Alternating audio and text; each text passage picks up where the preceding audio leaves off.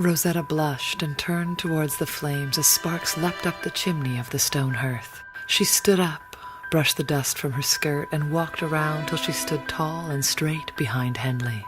Reaching over his shoulders, she started with the top button of his starched white cotton shirt and worked her way down until it peeled off him easily. Her soft palms rubbed along his chest to broad shoulders where she began kneading his taut muscles.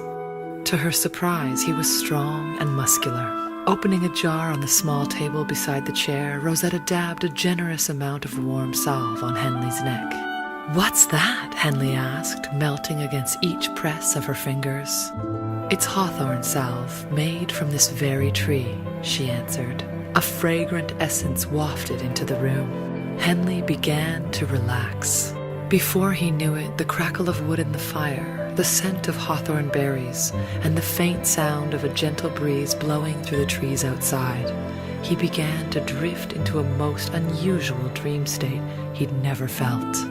It was as if his spirit was floating above the room, then above the forest, looking down on all there was to see. But he was also looking down at himself because he was there. In the dream, the forest was shimmering as if it were filled with fireflies. Each step he took upon the mossy ground ignited into a blaze of neon. Fairies and wood elves darted from log to log, branch to branch, in merry chase. Music played, women sang and danced, half naked in blissful abandon. There was one woman who stood out from the rest. Her auburn curls fell in layers, covering her body until they nearly touched the ground.